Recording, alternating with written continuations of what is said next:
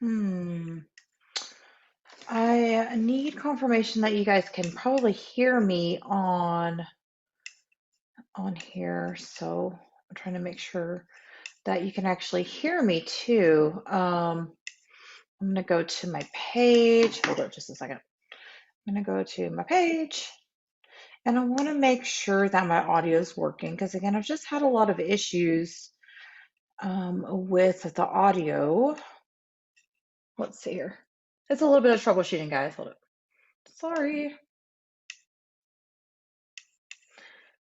It looks like everything's fine. If anyone's live, please give me like a thumbs up. I'll be looking through the Facebook feed also to be answering any questions you may have on Facebook. Okay, so I'll try to be looking through that. So today we're talking about the 8 sectors of the home.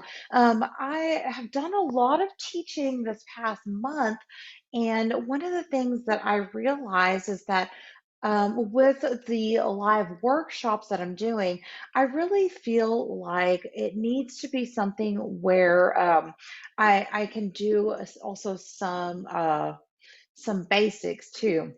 And so I thought it would be really good. I'm just actually reteaching some of the stuff I've actually taught earlier this month. And one of the ones that I wanted to really do that was the 8 sectors of the home, because it's really where feng shui starts. I'm going to make sure I take that off of. I'm going to turn my Bluetooth off my phone. And again, I really just want to confirm and make sure that I have audio on Facebook because I don't see. Let's see here.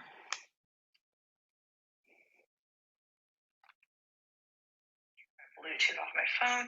Okay, cool. I, really just want to I hear myself sure talking. I have audio. Oh! Okay. I actually thought that maybe I can just dye her hair pink just because. Oh, that's another video that I watched. Okay, so I'll just go ahead and keep that up, and I'll be able to. Excuse me, check my throat. It's started to be a long day. I did a lot of yard work earlier. I barbecued. I've been having just a nice Sunday afternoon. And yeah, just coming on here and doing a little bit of teaching. So again, just kind of going back to some basics, really just taking it back a little bit. I want people to understand where they can start with feng shui, and I realize I have not done a lot in terms of, excuse me, in terms of some basics. So I thought it would be really good to touch on these 8 sectors. For June, July, August, and September, I'm going to be going through feng shui for your front door, feng shui for your bedroom, feng shui for your kitchen, and feng shui for your office space. And so those are going to be really easily accessed, ways to start doing feng shui, easy application. So let's go ahead. I'm going to go ahead and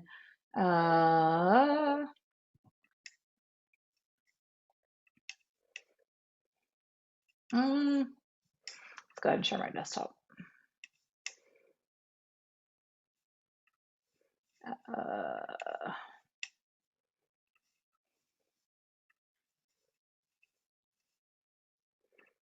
Share. Close that out.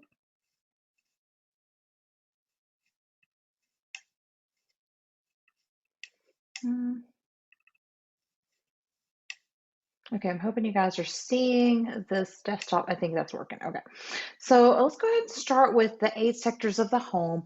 Again, this is just really basic information that you can start applying feng shui right away. It takes it into a little bit of a feng shui theory view of things. So there's different ways to look at feng shui, and what these 8 sectors do, excuse me, is kind of show you what energy is in that part of your home. And so to kind of start out, I'm going to talk a little bit about kind of a Western view or BTB view of feng shui. Oftentimes it's called like BTB. It actually orients the energy map to the way you enter a space. And so it has these fixed life areas. It's also set according to what is called life aspirations or life aspects. And it relies a lot on colors, imagery, and design and intentions to enhance a space. However, what I want to show you and what we're going to talk about today is going to be a more Eastern traditional view of feng shui. So it orients the energy map to the actual compass direction in your space, and that's what we're going to touch on today. So feng shui is set according to your personal energy using your Chinese astrology chart, and also the way a space is laid out, which is what I'll talk about over the next few months. So we're going to be looking at tapping into a chi or energy of your natural environment, also according to external features. And we'll talk about that with feng shui for your front door or the external environment. I'm still trying to make sure that I am like everybody's seeing my stuff here. Okay, cool. I'll make sure my screen's sharing good. All right. So feng shui is I don't sometimes I touch on this, sometimes I don't. It's actually part of what is called the five arts of Chinese metaphysics, and for some reason I couldn't move these lines out of here, so just ignore that. Let's see. I was supposed to have some people join me live, so I'm making sure nobody else is jumping on. If you have signed up to join live, I sent you you should have gotten an email, and it'll have some of the information that I'm touching on today. And those are for the people that RSVP. Just keep an eye out for that. Oops. So you'll have that. But if you're not able to join live, you can always rewatch here on Facebook Live, and you can also watch on YouTube. I'll have it up on YouTube probably next week. And so it's not a big deal. But if you have any questions, always shoot me a message or let me know like later on. Okay. So the five arts of Chinese metaphysics, it is five different areas or five different kind of fields of metaphysics. So there's one called life reading, which is Bazi, which is your Chinese astrology. I never get tired till I get on camera. Um, Doing things like life readings. Sometimes they're called destiny readings, where you're able to look at your personal energy and take a reading from that. It's not. Some people think that it's like reading like your fortune. It's not really reading your fortune. It's reading your personal energy that you're usually you tend to fall back into like a default mode. The second is Chinese medicine, which includes things like acupuncture, acupressure, and herbal medicine. The third is divination, which is using different systems, the I Ching, Qi Jia is some of them.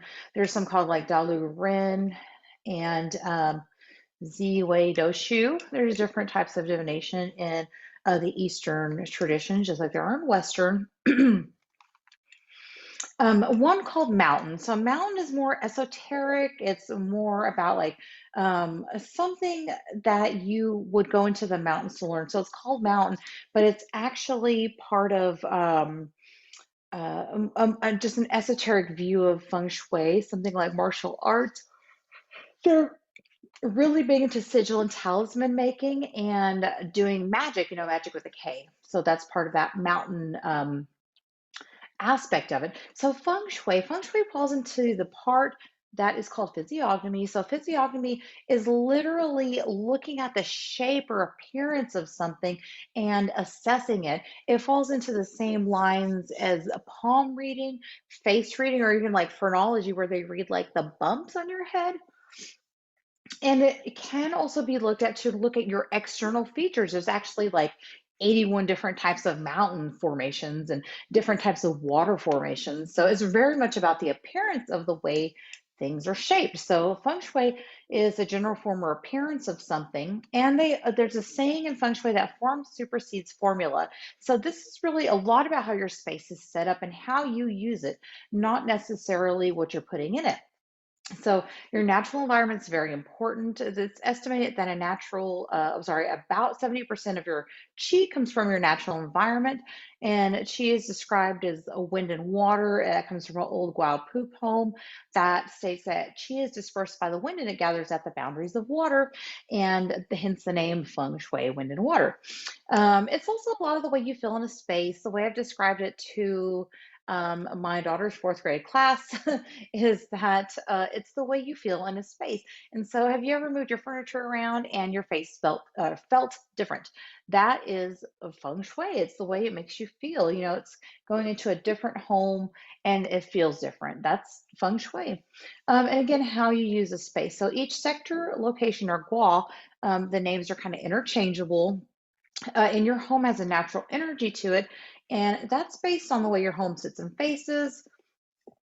And using this natural energy to support your actions and goals is really the most effective way to use feng shui. Again, how you use your space, not so much what's in it. Adding objects, adding, items. I have this just handy because I was doing a, a talk yesterday, and using items or objects like this really does not, it doesn't really enhance the energy or chi as much as actually, I'm trying to make sure I'm not having more people coming in, as much as using the energy of a space, which comes from location and direction. Okay, so for this reason, items like this are not necessary.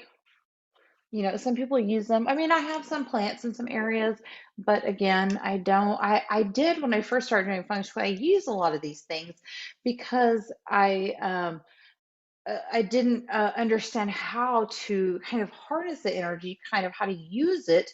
And that's what we're kind of going to talk about today. So, talking about feng shui, taking it to like the very beginning of what is called the element cycle. So, all of Chinese metaphysics actually uses the element cycle.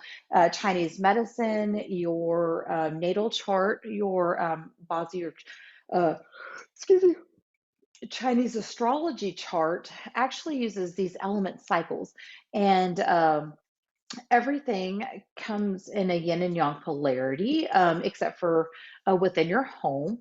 But there's the five elements, which are water, fire, earth, metal, and water. So it's just a cycle of creation. So wood, it burns fire, fire creates earth.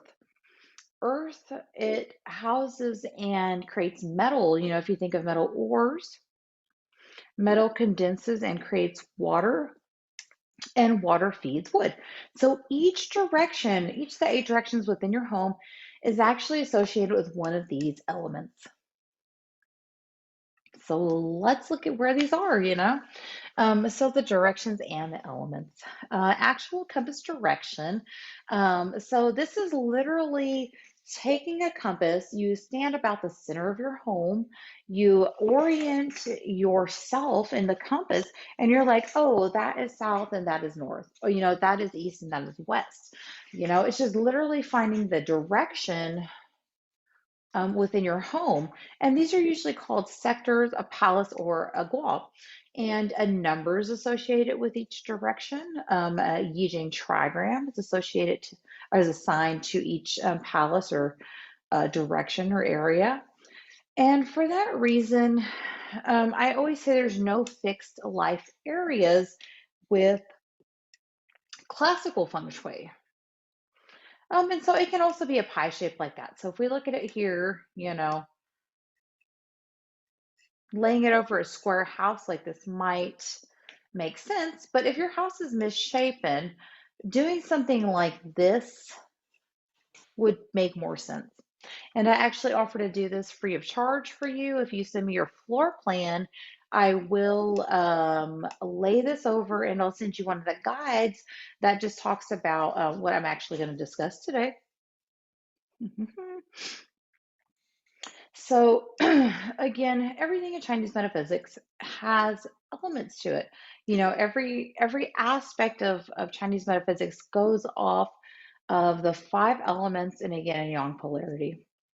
And we have elements too.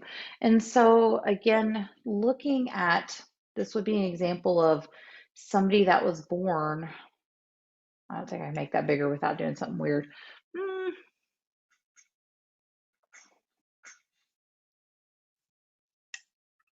no, I changed it. Okay. So this is why I say there's no general life areas. I always mention, w- we're all so different. We all have different energy and we all have different personalities and we all have different tendencies because looking at our Eastern astrology, um, we all carry a different energy. And even people that are born on the same day grow up in different environments. So there's different a bunch of different aspects to look at when we're looking at feng shui. And it's just like we're all different. We can look here at this chart and we can get a lot of information from it, and we can say, you know what,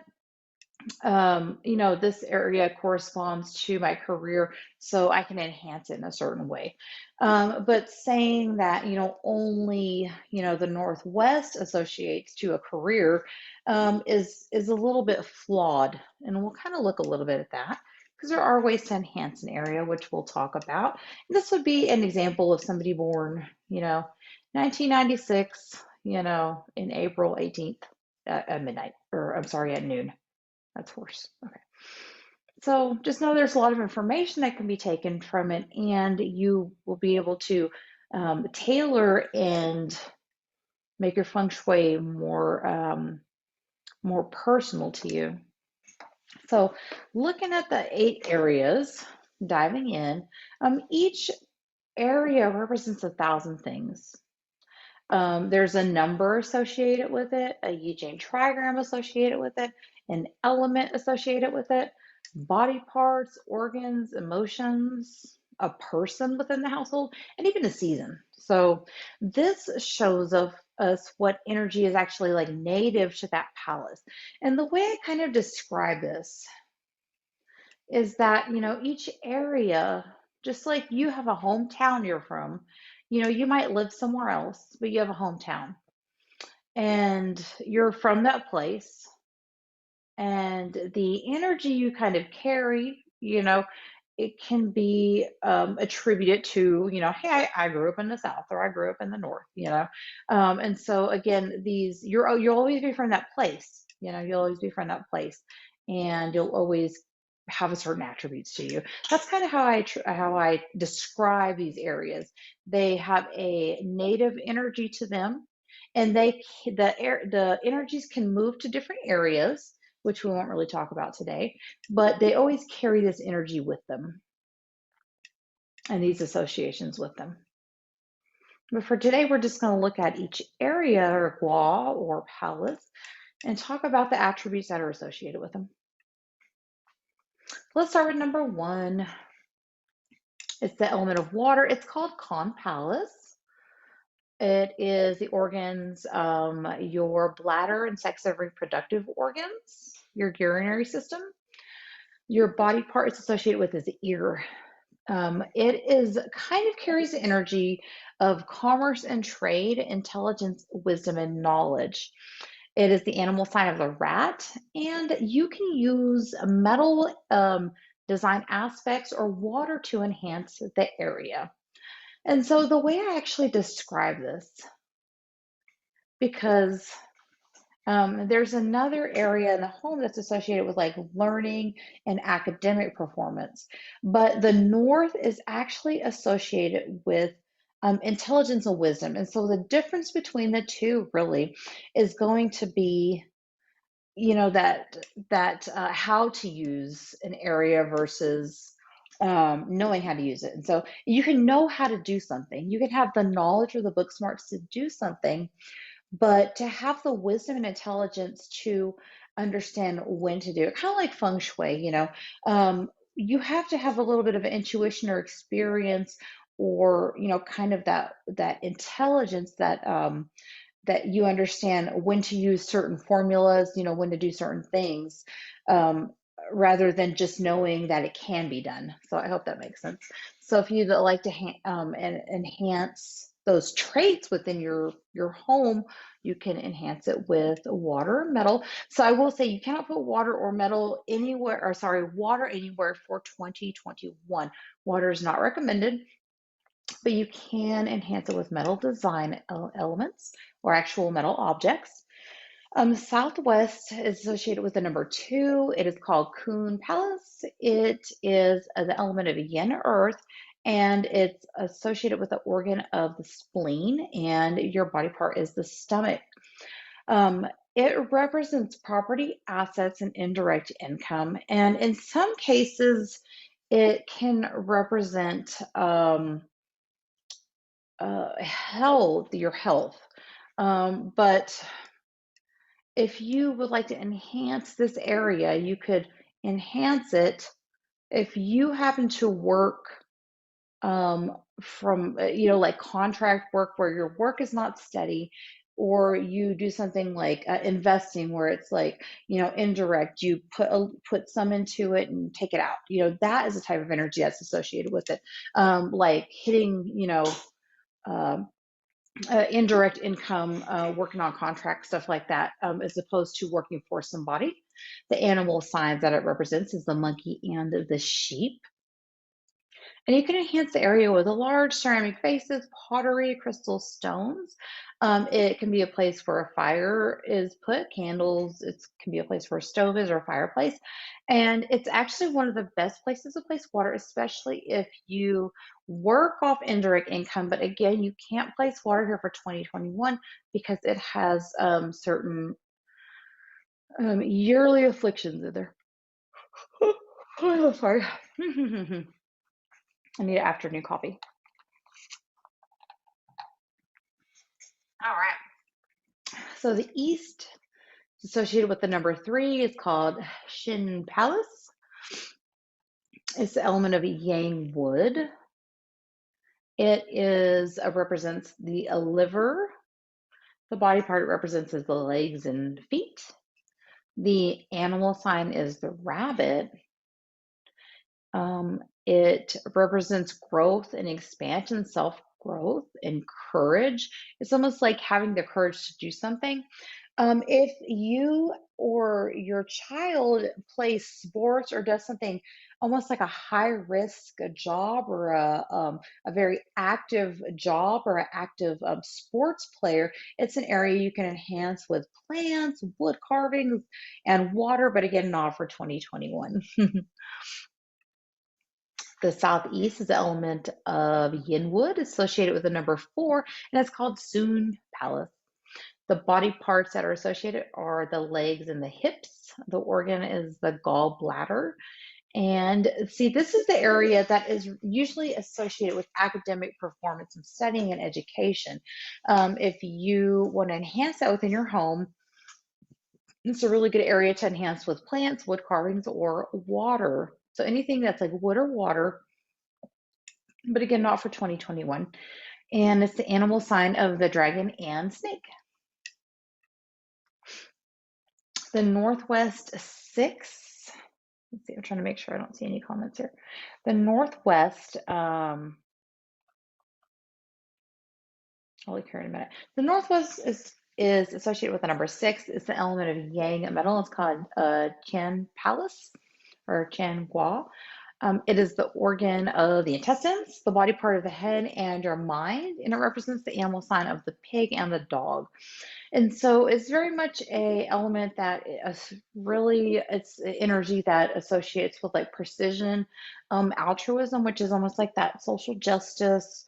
You want justice for everyone. You want to make sure everyone's being treated equally and that type of thing. And it also represents vision, but not like sight vision, like a forward thinking, and direction, in your life. So if you'd like to enhance this area in your home, you can enhance it with large metal objects, statues or sculptures, large pottery, which are the element of earth, and ceramic bases, crystals, and stones. It's a good place to put some of that stuff. West is associated with the number 7. It's called Dui Palace or Dui Gua. It is the element of yin metal. Its organ is the lungs. The body part associated with it is the throat, mouth, and tongue. And the animal sign is the rooster. So the West or the yin metal represents organization, communication, likability, happiness, celebration, and even like charisma. And you can enhance it with large metal objects, statues, or sculptures, and then earth elements like large pottery, ceramic vases, or crystals and stones. This is the area, so this area holds what is called the Wealth Star for 2021. Um, and it's an area where you can actually place maybe like a large column of water, not a permanent water feature, not something you're going to leave there long term, but during certain days when you're working in an area, you can enhance the area with a column of water. Maybe you could even put a bamboo plant or a water-based type plant in it. And you can leave that for the time being. It's not a place you want to put permanent water because it can actually cause health issues. So the northeast associated with the number 8 is called Jin Gua. A element of Yang Earth represents the spleen, the fingers and toes, and 8, the northeast. It really represents stability, wealth, and direct income. A lot of people like to see a stove here. It represents like when you work for somebody directly, it represents that direct income. The animal signs are the tiger and the ox, and you can enhance the area with large stone statues, pottery, a china cabinet with ceramic crystal stones. And it's a good area to have like a fire, candles, fireplace, or a stove. It could even be an area where you put a fire pit in the external environment, but not for 2021 because it's the area of the ox. The animal sign that governs the area for the year is called the Tai Soi, and overactivating the area can lead to possible health issues or issues with authority. We don't want to create that in our lives, do we? There's some tough energies this year. It's hard to activate areas of our home this year. The South, this is actually my favorite area for the year because it has some really good energies. So it represents the number 9. It's called Lee Palace. It is an element of fire, and the heart is the organ, the body part is the eyes. So it represents vision, not in the way the Northwest does. It represents literal vision, like your sight, innovation, creativity, your reputation, happiness, progress, and spiritual life. The animal sign associated with it is the horse, and you can enhance it with having a stove in the area, a fireplace, fire pit, candles, wood, so you can add a bookcase, plants, or wood carvings to the area to help grow the palace. I really like it this year to put candles. Sorry, I really like it this year to put candles. It has a really good energy, especially if you're trying to establish some sort of presence online. Like if you're trying to establish yourself as some sort of authority figure, the South is really good for the remainder of May, I think till June 5th. Don't activate throughout June because it has some energies coming in. Um, Center number 5. So you may notice I didn't talk about the center area and I didn't include it in my numbers because the center is considered a negative area or a not really a negative area. The when it visits other areas, it's considered negative.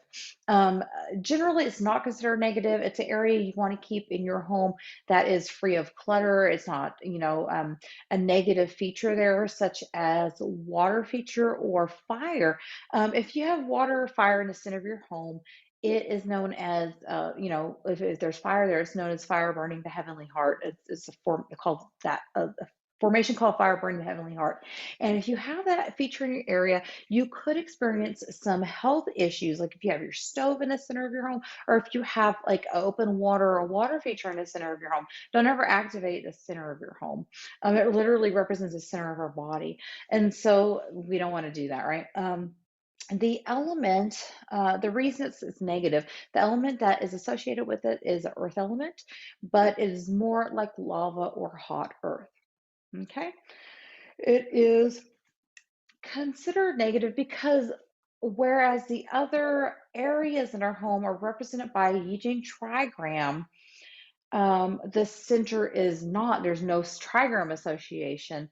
And so it's kind of a wandering energy, and it could be extremely beneficial and extremely it's actually called the kingmaker. It could bring you extreme wealth, but it's very high risk wealth opportunity. And so, unless you're like Elon Musk or a millionaire, don't activate that area willingly, or else you could have some loss. Since it's like lava, it could be super fruitful and very fertile ground, but it can also be super destructive and destroy everything in its path. So for that reason, we don't want to mess with activating a flying star number 5. So it's more about the flying stars. But anyway, so energy mapping of our space based on the direction your home sits or faces. So this shows us where the energies fall in our space. This allows us to set up feng shui that is naturally supportive to us. And again, this is something I offer to do that I don't charge for. Shoot me a message. You can shoot me a message at fengshuibycandace@gmail.com, or you can go to my website at Feng Shui by Candace. This just kind of shows, how it's kind of oriented. So, it can look a bunch of different ways. This was what it would look like over a floor plan. And so when you lay it over your floor plan, like, well, this is yin earth. I can enhance this area, with some stones and crystals. I can put some fire here. You know, I know that this area represents wood. I can enhance it by next year, not this year, not for 2021, for 2022, maybe placing a fish tank here. So that's the way we look at it, and we can enhance these areas of our home, especially the areas that we use a lot of, our bedroom, our stove and kitchen, or our office space, our front door. Okay, and here's what it would look like with a square over it. So same difference. And if you want a free download, it just is one of these. It's literally the guy that looks just like this. Like, if you really want to, you could screenshot it and make it bigger. But if not, message me and I'll help you map a floor plan, and I'll give you one of these guides. It just talks about the colors, elements, design inspiration, what you can enhance the area with, and the characteristics I talked about today. All right, so I don't see any questions. I don't think I had anyone join. Nobody joined me live on Facebook. And I didn't have any participants in the room with me. So I guess I'm gonna bring this to a close. Again, I know a lot of people, it's hard to watch live. Like, I love to do, there's some good Facebook lives, but it's really hard you know, um, to watch live sometimes. It's hard to jump on a Zoom meeting sometimes too. And so again, I'm always around. If you have any questions, you type them out. I'll answer you if you want that free download. Message me or email to my page. Just shoot me a private message so your email is not visible for everybody to see. So if you're interested in that, shoot me a message, guys. So I'll catch you guys. I would highly recommend you register and join me and watch the videos for the next few months, because it's really going to be, again, taking it down to basics, looking at that physiognomy part of Feng Shui, and looking at how our space is set up. A very practical way to begin. So once you do that, maybe you can apply some of the information we talked about today and look at all that. And I think that's for June is going to be the external environment. July is going to be the bedroom. June's going to be the kitchen. And August is going to be your office space. So some good information there. And I think, was it September? One of them I have set up. It's going to be looking at an introduction to flying stars, which is always real fun. So join me for the next few months. And again, if you can't catch me live, you can catch the replay on Facebook. The video's up, and you can always catch the YouTube link, but it might just take a minute for me to put up. So you guys have a amazing rest of your day, and I will catch you guys next month.